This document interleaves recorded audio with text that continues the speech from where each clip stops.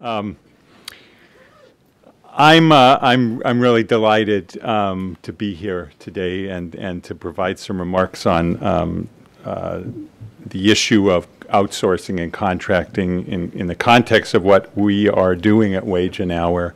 And as Chris said, this is my first public address with my new hat. I'm just delighted.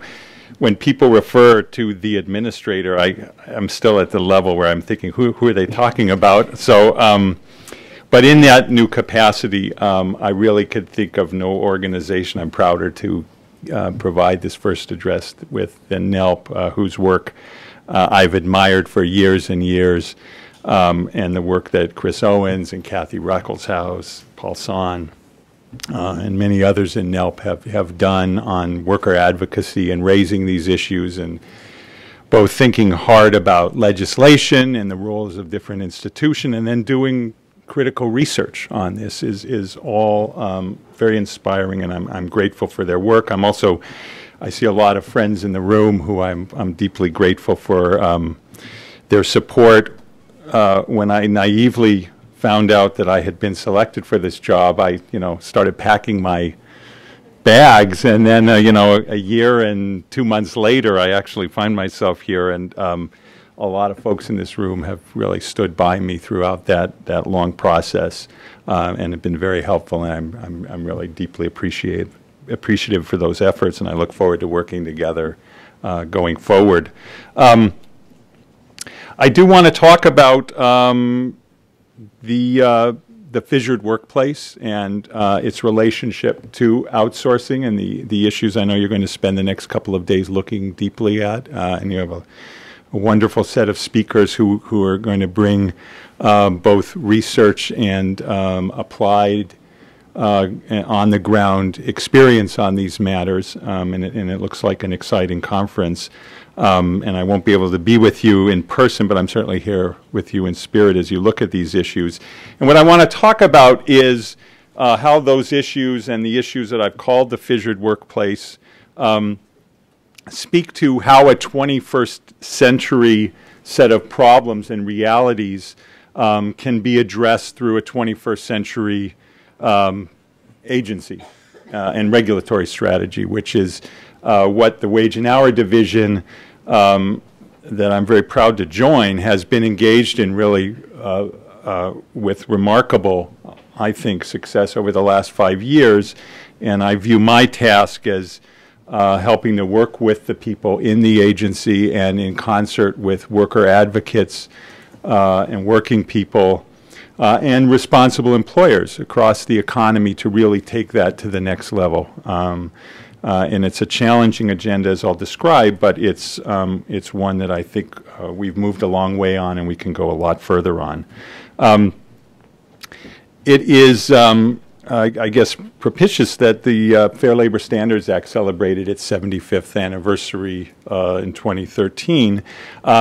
And it's really, to me, it's a remarkable piece of social policy because as old as it is, its fundamental purpose, what it sets out to do, is still very much an essential fundamental feature of what we need to do in government, what we need to achieve as a society, and that's making sure that people are paid a fair day's pay for a fair day's work. I mean, it's the simplest kind of notion, but it's fundamental, and in many ways the statutes at its most basic level affords us a continuing opportunity to do that. But even though that mission is fundamental, obviously the economy has changed significantly in the 75 years that have ensued in lots of different ways, not only the type of economy we are, but how we organize ourselves in the workplace. And because of that, we have to look at the problems of strategic enforcement and the role of the various institutions I mentioned a moment ago, I think, in a fundamentally different way. And what I want to do today is talk about how, say a few things about the change itself, And the book, thank you for the promotion of the book. I do hope it proves helpful to people thinking about these changes. It's the first, I've written 5 books. It's the first book my parents both say they've read more than chapter 1. I think they're on chapter 3, and I view that as a personal victory. But I want to talk a little bit about that. Then I want to move much more into the core of my remarks and talk about the strategies that Wage and Hour is undertaking, has undertaken, and under my watch will continue to evolve in facing the realities of the new workplace. And then I want to provide some time for questions and some discussion at the end. So while I speak laudatorily about the aims of the Fair Labor Standards Act, as no surprise to people in this room, the realities on the ground, it means the type of employment that is out there is a very different thing than when the people in Congress enacted the law and when President Roosevelt signed it. There have been advances in technology, in transportation, globalization, specialization, certainly changes in unionization in this country, and then an enormous change in the demographics of the labor market that have all impacted how that piece of legislation works in practice. And we often talk about these kind of usual suspects and talking about why more and more of our workers in the workplace, particularly low-wage workers, are more vulnerable and seem to face even greater challenges every year rather than a diminishment of those challenges. And those usual suspects are important, and we have to understand how they drive the changes. But what the idea of a fissured workplace is really saying, well, there's something more systematic that has played out that create particular challenges that we have to address, and that the Wage and Hour Division of the Department of Labor is trying to address more directly. And what I mean by that is one of the impacts of these kind of global forces has been an increasing pressure on businesses across the economy, particularly from capital markets, from public and private capital markets, to demonstrate value. I mean, I've lived in a business school for 20 years, and we talk constantly about creating value, and we do it, and I believe that's what business does. It does create value.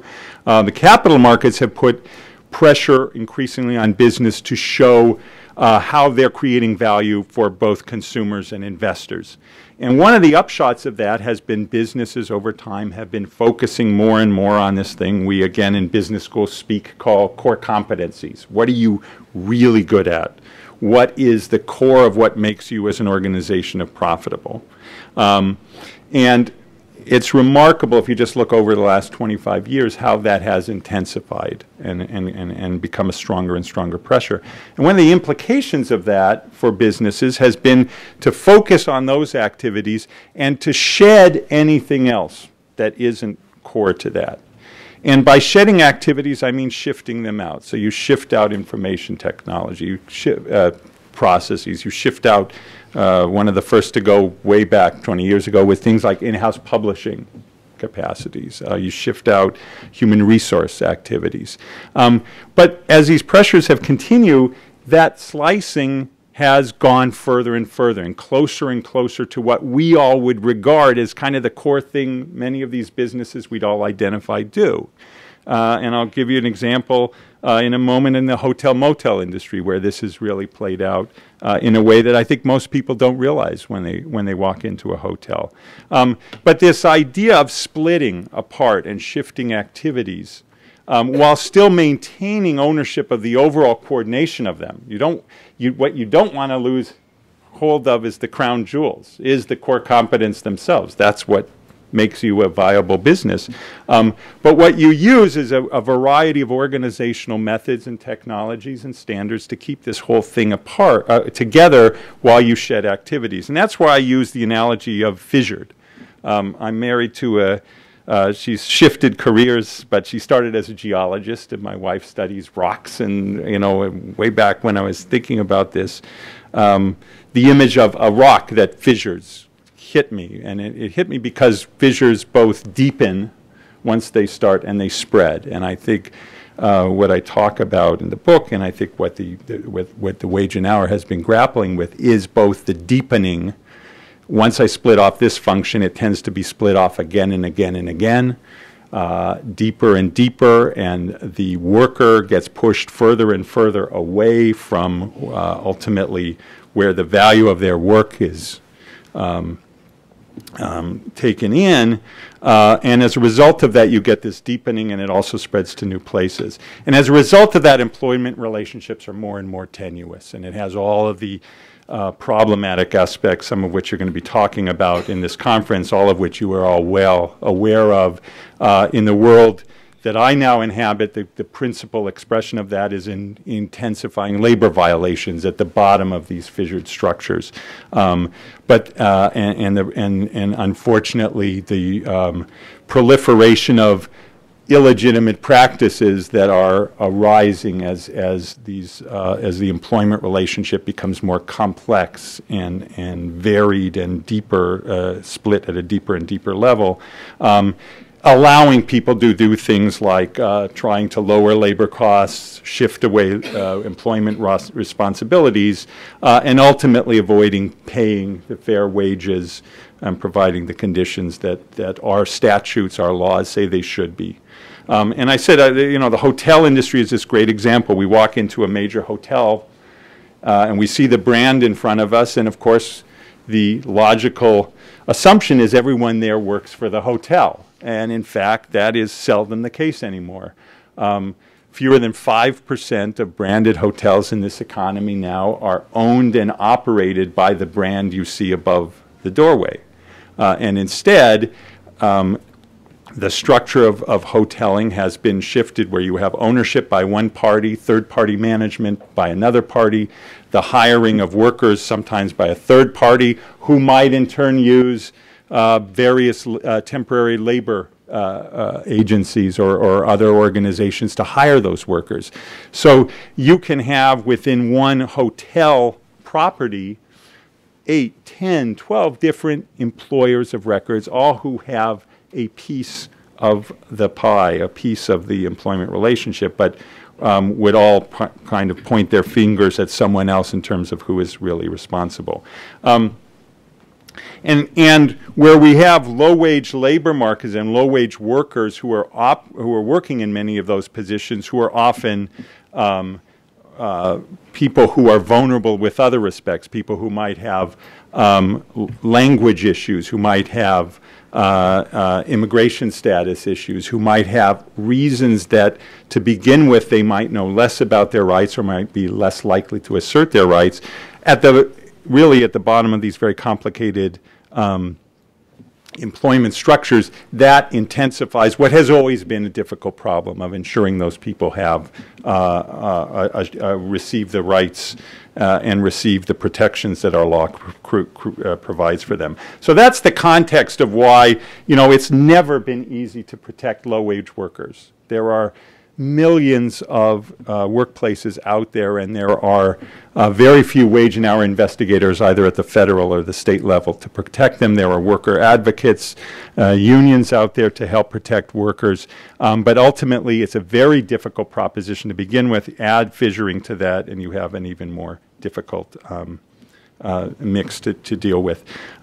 Wage and hour is obviously responsible for enforcing our nation's most comprehensive federal labor laws with respect to these fundamental issues like minimum wage, overtime, record-keeping, child labor, family and medical leave, and so on. We do that for, this is a remarkable number that I'm sure I will memorize, but we protect over 135 million workers come under the laws administered by the Wage and Hour Division. That is one heck of a responsibility. In more, as I said, 7.3 million establishments. That's a tough thing to do. We need to do it, and our very dedicated members of the Wage and Hour Division do that every day. But ensuring that they do that in a way that ultimately protects workers requires new approaches and new ways to address that very challenging set of numbers and the responsibilities they imply. We need to do that in a way that really draws on what I think of as a toolbox of approaches. That I'm going to talk in a couple moments about what I and other people call strategic enforcement, but that's only one of many tools that we are afforded as the Wage and Hour Division to use in pursuit of improving that. And I also want to talk about the way we're thinking about not only the use of enforcement tools, but also outreach and education, which of course means outreach to the types of groups that are represented in this room. Outreach not only to workers, but also to employers to ensure that they understand their responsibilities under the laws and that they understand how that translates into ongoing activities. Partnerships, which is taking that next step in figuring out ways we can all work together. Again, agencies, community organizations, advocacy groups, and business associations. And then finally, public awareness. Another hat I've worn and thought a lot about is transparency and helping people understand just what's happening in the world. And I think through media activities broadly construed, we're thinking hard about how to do that more effectively. And let me talk about each of those different pieces and what Wage and Hour has been doing and what I hope to push to the next stage of evolution in the next couple of years while I have this opportunity to work with Wage and Hour going forward. So let's start with strategic enforcement. Strategic enforcement is really about thinking hard about business models and thinking hard about how our industry is structured.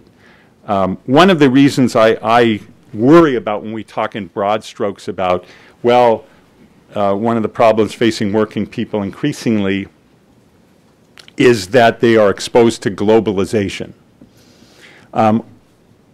To be quite honest, I don't know quite what that means. I want to know what's the story that takes me from global international competition pressure to something that changes on the ground that makes a worker more likely to not receive the minimum wage or overtime they're entitled to. And so one of the things we're doing a lot of in Wage and Hour is mapping business structures, trying to understand what makes an industry tick and thinking about, given that, where are the opportunities to really change the dynamics that result in wage and hour violations.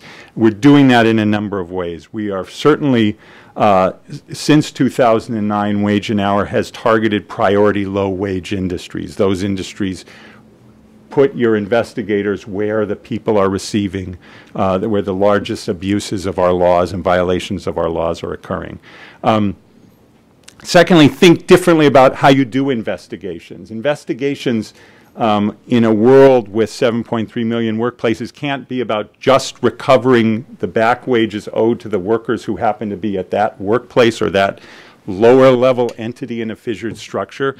But it has to be thinking about the ripple effects of that investigation and the connections that that investigation give rise to. And that requires a very different approach, a much more comprehensive approach to how you do investigations. It requires looking differently at the course of an investigation. To go back to my hotel example, if I walk in and I see there's a violation with this particular, let's say, landscaping firm, I need to think about the whole property and the fact that the party that is the employer of the landscaping firm might not be the employer of people who are doing house cleaning. And so I have to think about a far more comprehensive view of who I investigate and how I can investigate.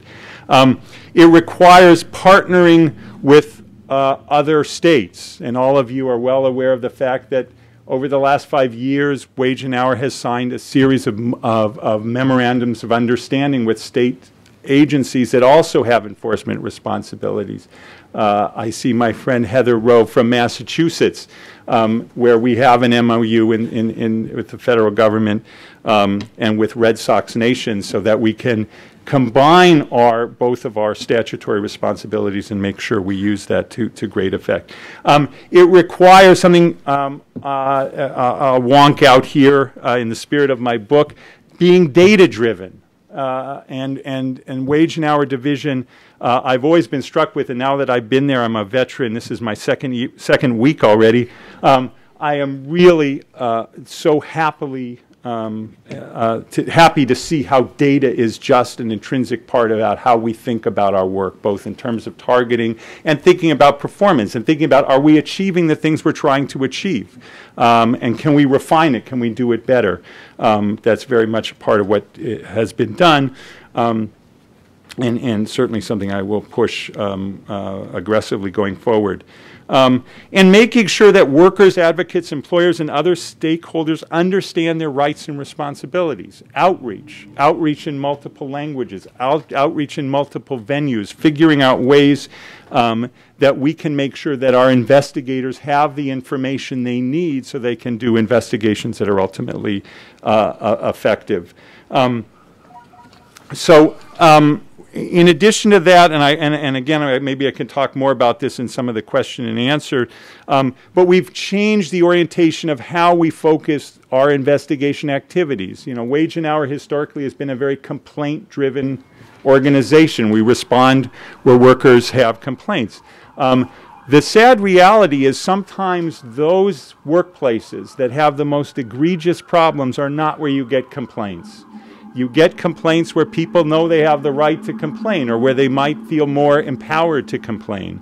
And of course, while we have to respond to all complaints and give a commitment to that, we have to prioritize where we use our very precious resources. And that means both thinking differently about how we respond to complaints and using complaints to the extent you can, and you can, as an indicator of where real problems lie. But we've also shifted over the last 5 years towards more what we call in Wage and Hour directed investigations, investigations initiated by a planned program of trying to improve and prioritize and achieve better results. And then we've undertaken a bunch of specific initiatives in particular industries. This idea of mapping plays out in terms of strategies about different industries, whether it's the hotel industry, the restaurant industry, construction, the agricultural sector, healthcare, all of these things. We've developed over time specific approaches to dealing with that. And again, approaches that are informed not just by saying, Industry X has a lot of problems, but also here's how Industry X is structured, and here is how we can really affect change, how we can really make sure that when we go in, the effects of that investigation ripple outward. We have a very different approach to the enforcement tools we use.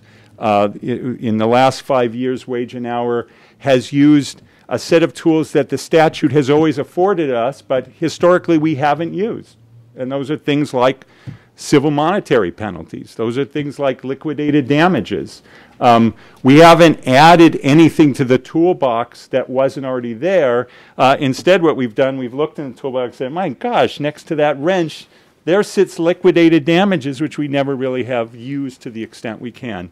And we use those things in a very strategic way. We use those things where we have cases of egregious employers who are willfully violating our laws and thinking hard about, you want to make sure that particularly businesses who gain competitive advantage by, I guess there's no polite term for this, you know, I spent 9 months I wasn't allowed to talk while I was waiting through so this is liberating, and maybe, you know, I'm looking at my colleagues in Wage and Hour and saying, just in case they pull the hook on me. But no, but we have to make sure that those employers who are responsible, who are doing the right things, are not punished for that, are not put at competitive disadvantage for doing exactly what they should be doing under the law. And there are a lot of employers like that, employers at all levels.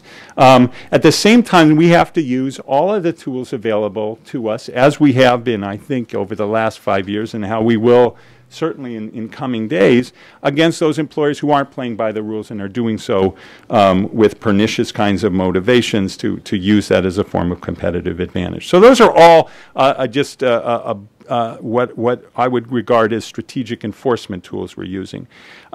Secondly, we're using outreach and education in a much more strategic and proactive way.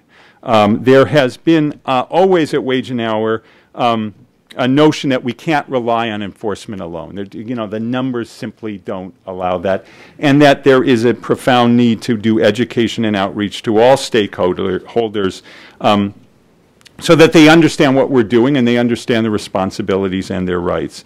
And Wage and Hour has increased its outreach tremendously. Since 2009, Wage and Hour has conducted 10,307 outreach events and presentations of different kinds. I think that's an unprecedented number of reaching out to a variety of forums, including compliance assistance to employees, to associations, community organizations, industry associations, and other stakeholders. We have a series of community-based outreach initiatives that have been focused on the particular characteristics of different local worker populations in different parts of the countries, and again, engaging stakeholders in those community-based discussions. We've created new positions in the organizations to undertake that outreach activity, and it's an area we're still learning about. We're still learning how can we most effectively bridge our relationships with stakeholders through different kinds of relationships and outreach efforts.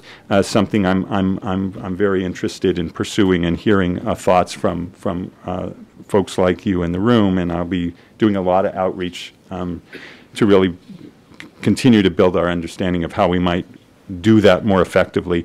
There are all kinds of website applications. As I said, I love transparency, and the web creates just these incredible opportunities to have the world understand who out there in the world is violating the law and who out in the world is complying with those laws and translating into those tools that people can use.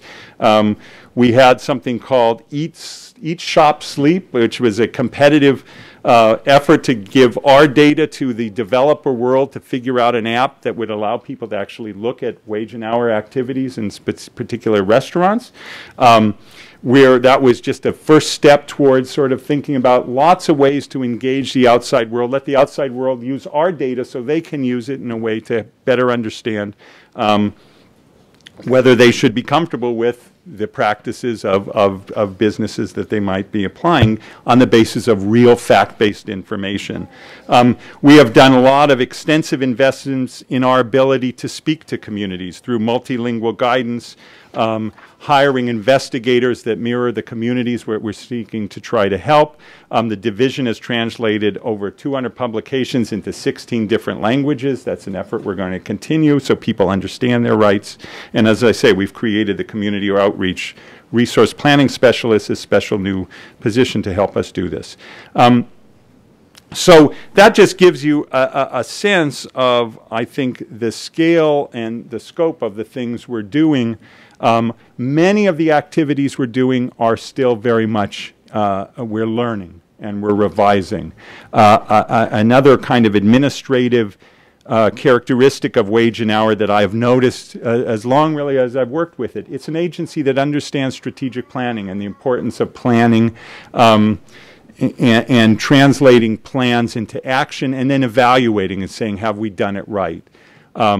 That is something intrinsic to the process of how we do our work. It's something that I want to, again, evolve and push further at my tenure to make sure that we figure out better ways to do strategic enforcement. We do better ways to do outreach, that we find new ways to partner in ways that ultimately protects more and more workers. I can't tell you how honored and excited I am to have this opportunity to lead the agency. I'm honored just because of I think the challenges and the importance of the mission the agency has, which is to, as I say, it couldn't be simpler to make sure that people working in the U.S. have a fair day's pay for a fair day's work, and we're thinking hard about how you play that out in lots of different all the things that implies. And I'm so proud to be a part of that. I'm also proud to be a part of an organization where I think we have a tremendous ground game, and I think we have a tremendous staff that's out in the field and in Washington that are doing this work every day, and that I think we can do more with in the future. I'm proud because of the kind of people that I know I'll have the opportunity to work with in the worker advocacy communities and in the various communities where working people have to face the kinds of problems that unfortunately are so prevalent and in some places are getting even more difficult to deal with. And I look forward to working with all of you and those groups in doing that. And I'm really proud to be working or excited to be working at a time where I think the challenges are great and the need to react to the kinds of changes created by the fissured workplace are huge, but I think we have the opportunity to address them and maybe even get ahead of them. I think one of the hardest things to do in an economy is keeping up with it. Economies evolve very quickly. Businesses evolve very quickly. Unfortunately, sometimes that evolution leaves working people in the wake, and particularly their protections that and the kinds of problems they're exposed to. I think we have the opportunity to get ahead of that and make sure that in an economy like ours, we can get some of the very beneficial things that come from value creation and core competency and all those good things, and at the same time make sure that working people work in places where their rights are upheld and where they can go home at the end of the day and be able to support their households and their families in a way we as a society have agreed we should be. That's my that's how I see the task for me going ahead and for my organization, and I look forward to the opportunity to work with all of you in that higher mission. Thank you.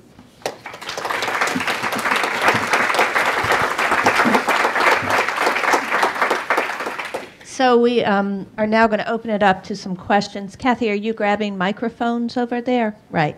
So you need to, because we are taping, we'd like folks to speak into the microphone. Introduce yourself and where you come from, and try to keep questions short so we can have as much time as possible with David. He has to scoot right at 2, I think. So, Jules? Mr. Weil, my name is Jules Bernstein. I've been practicing under the Fair Labor Standards Act for maybe 30 or 40 years. And I heard you say, as to liquidated damages, that it was only there in the case of willfulness. So let me read to you 29 U.S. Code, Section 260. It says, in any action commenced prior to or on or after May 14th, 1947, to recover unpaid minimum wages, unpaid overtime compensation, or liquidated damages under the Fair Labor Standards Act, if the employer shows to the satisfaction of the court that the act or omission giving rise to such action was in good faith and that he had reasonable grounds for believing that his act or omission was not a violation of the Fair Labor Standards Act, the court may, in its sound discretion, award no liquidated damages or award any amount thereof not to exceed the amount specified in Section 216, which is double damages. Now, liquidated damages is the rule, not the exception. As to willful violations, those are the basis for a 3-year rather than a 2-year statute of limitations. Now, the only reason I'm saying this is that I didn't want anybody here to get the wrong impression from what you said about willfulness. Willfulness goes to the statute of limitations. Liquidated damages is the rule and not the exception. Right. If you have anything to say about that, I'd appreciate it. Yeah, yeah. So, Jules, I was speaking as a economist, not as a lawyer, and I leave that to people like yourself. I'm not minimizing what you're saying. I was speaking mostly about the fact that in our history as wage and hour, we have not used the liquidated damages. We haven't used the liquidated damages at all. In fact, I remember many years ago I was doing statistical analysis of the wage and hour data set, and trying to figure out how often and where liquidated damages were being used.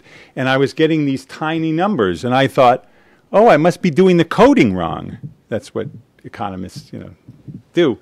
It turns out I wasn't. It was just that we hadn't used that particular tool, that absolutely important tool. What I'm speaking about is we have started to build that tool in a very short period of time, beginning by looking at trying to use liquidated damages in a couple of regions as a pilot, and now we've expanded it to the whole country. So I wasn't speaking to a particular definition of where we are or are not, but I was speaking to the general principle that that, to me, is a wonderful example of where we have a tool in our tool case that we didn't use and that we have started to use and will continue to use because of its importance and its effectiveness. So, does someone have a mic? Lynn?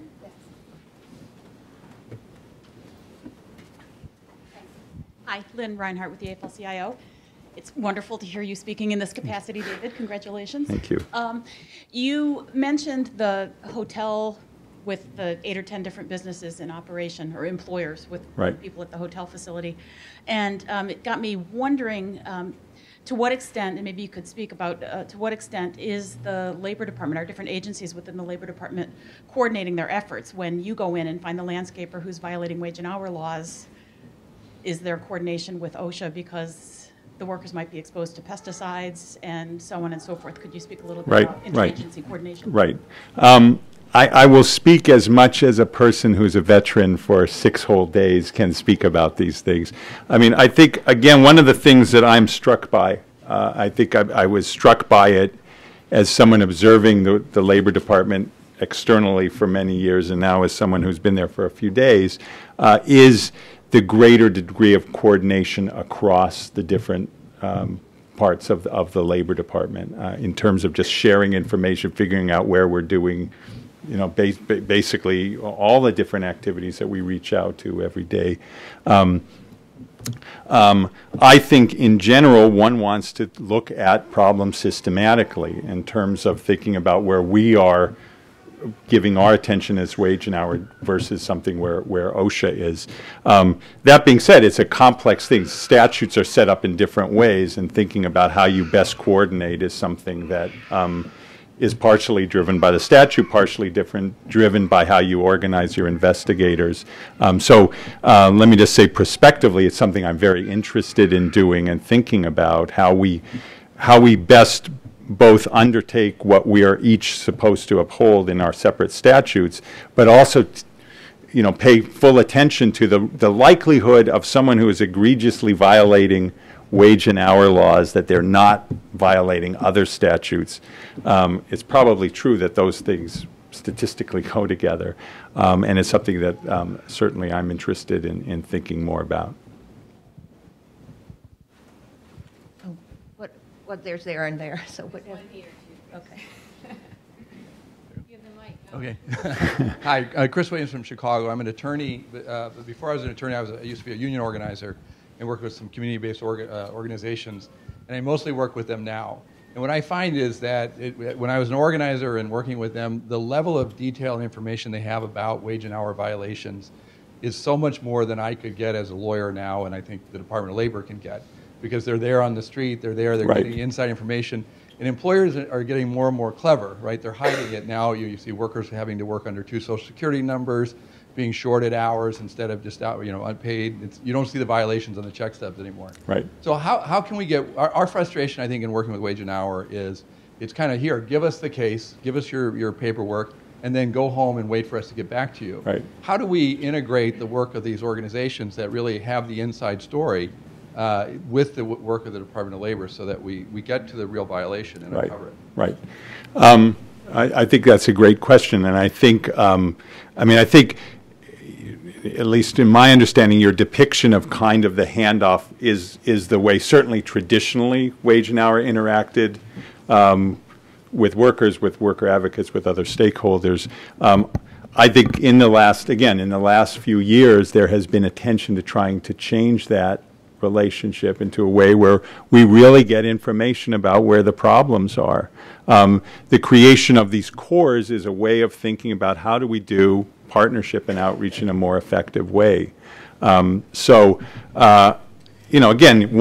there are certain kinds of responsibilities investigators have that they can't, their role is very specific in terms of what they can and can't do in terms of the passage of information and certain kinds of interactions that they can't appropriately have. But I think what we have embarked on are ways to try to address and use the information that's out there in a more effective way. And again, I think we're learning about different models to do that, and it's certainly something I'm very interested in seeing, particularly where we have had productive relationships and good experience with tapping into. I entirely agree with the premise. There's a lot of information out there that is only known sometimes by the worker, him or herself, or by people closer to the ground. So. Angie, do you have a mic? Or? I don't, I probably don't need it. I have it right here. We need mics for the recording. Got it. Good afternoon. My name's Angie Way, and I work for the California Labor Federation. The issue that we're grappling with, is this notion of joint liability. So in the hotel industry, for example, when should the Marriott or the Hyatt be held liable for the wage and hour violations or the health and safety dangers of their subcontractors, their temp agencies and their PEOs and whatnot? Could you talk a little bit about what the federal agency is looking for in terms of claims of joint liability and what the arguments are that you could make or what the investigations could do to weave this notion of joint liability between the contracted and the user employer? Right. Thank you. I think that, as you know, the definitions of what constitutes or doesn't constitute joint employment is a very active area of litigation. There are a lot of opinions out there. I think it's, and we have different factor tests, and those factor tests have been applied different places, in terms of joint employment, in terms of misclassification as well. I think one of the things we need to do is to try to clarify what constitutes, what criteria constitute a case of joint employment and not. I think what has evolved, and you're seeing some opinions in a number of different places in the country, is an awareness that certain activities are more prescribed by what I call lead companies than has been acknowledged in the past in terms of the activities that they want lower level organizations that work for them to undertake. So by that I mean, the standards that a contractor might be required to take in order to meet quality standards, technical standards, and things like that. I think the challenge is to both incorporate what the changing practice in terms of how those relationships are playing out. In other words, the increasing level of detail that different organizations or the increasing level of activity different organizations have in the practices that workers ultimately undertake, and bringing those into alignment with who we're regarding as the joint employer or not.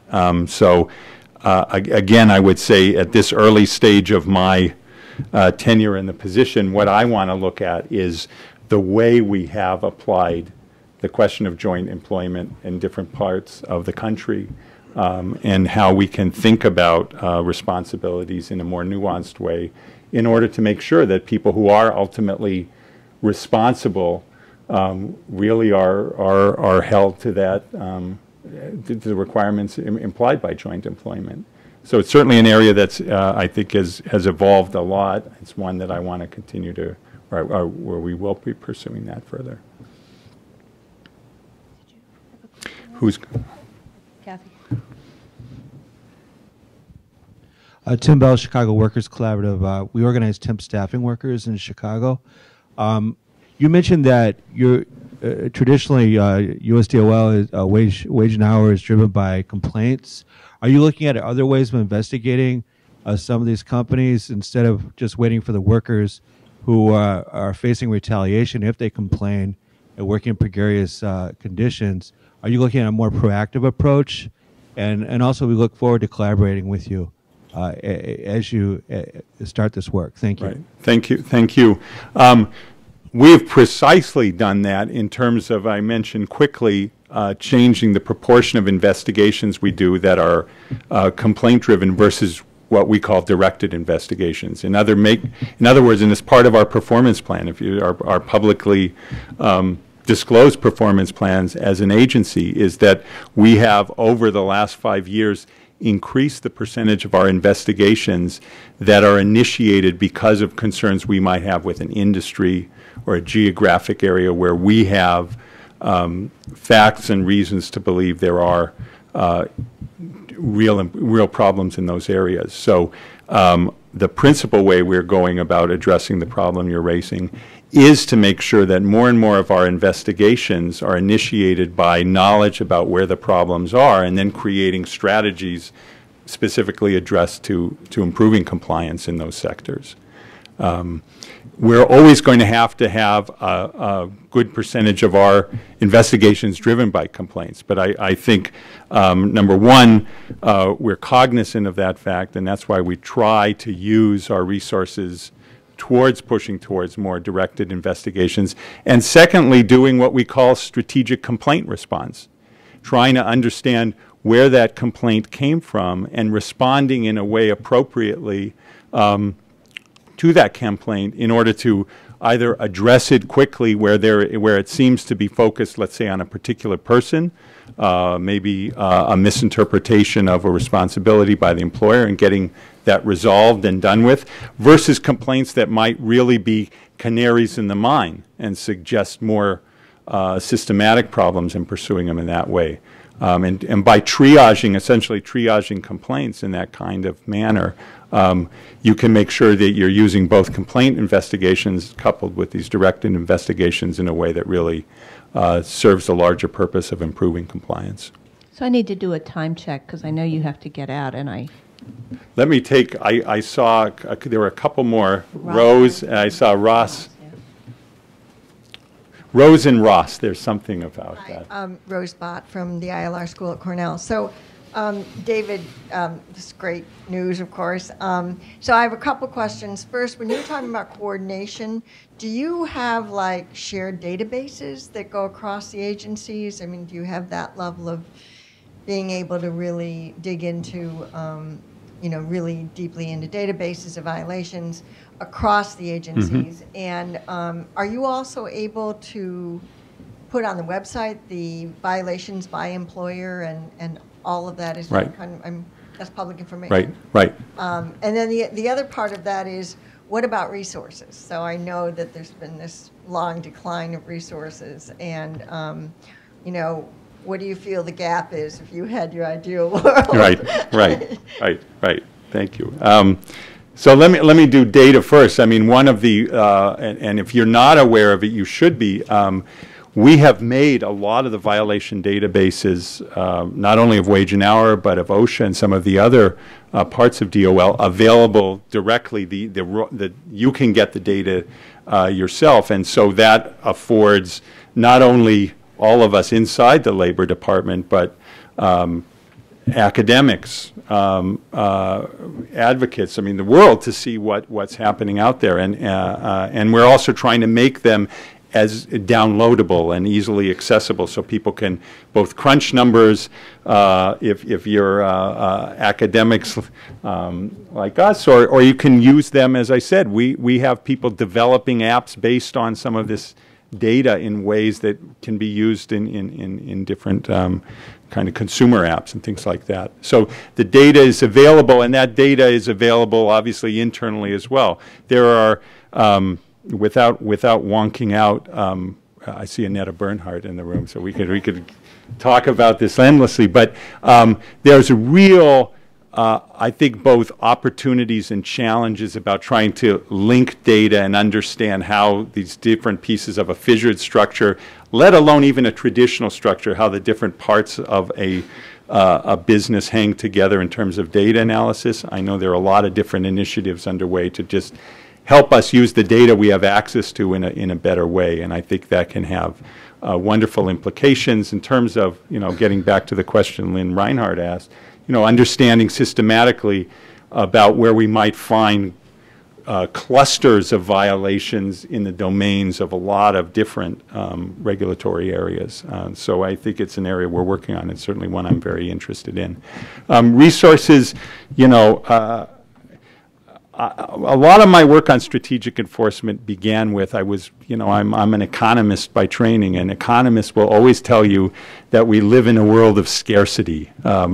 My mentor, John Dunlop, used to talk about living in the vale of tears of economics, because we never will have enough resources. And certainly the regulatory agencies of the Labor Department were starved for resources for a decade. I think the administration's been very successful, given the kind of crisis we've moved through, in getting more resources to our agencies.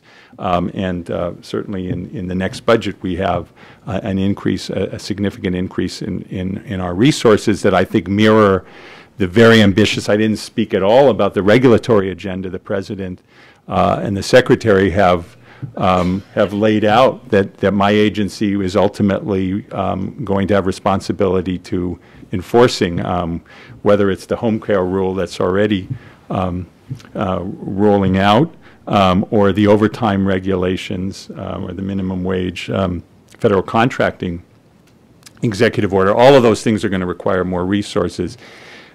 I say that because we'll never have enough resources. Just again, the number of establishments we're responsible for relative to the resources we have as an agency means we always have to think very creatively and strategically. And so I think about any resource question in light still of the question, how do you allocate those resources in a way that most effectively speaks to your mission and improves that in the most significant way possible. I think Ross had the last question, maybe. Sarah, can you? Yeah. Thanks.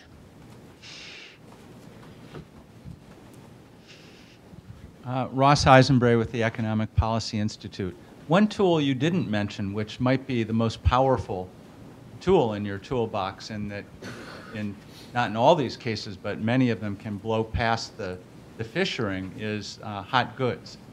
Can you talk a little bit about what your plans are for hot goods and how it can be useful? Right. No, thank you. And that was a, what is that called? An act of omission, not commission. I mean, I write in the book a lot about hot goods. Certainly, in fact, my first experience in understanding and analyzing in depth wage and hour was looking at the use of the hot goods provision in the garment industry in the latter days of the Clinton administration, and it is an incredibly important and powerful tool where we can apply it in terms of dealing, as you say, with fissured structures, supply chain structures, where ultimately the act itself, the statute itself, says we have the authority to make sure that those goods don't flow if they have been made in violation at any stage earlier in the production process. So we have a number of initiatives already in the last 5 years where we've applied the hot goods provision. It's certainly one of those tools in the toolbox that I believe is very important, is very germane to the fissured structure, and that we will be looking at in terms of its application in cases we have and elsewhere. Okay, so ready to roll, are you?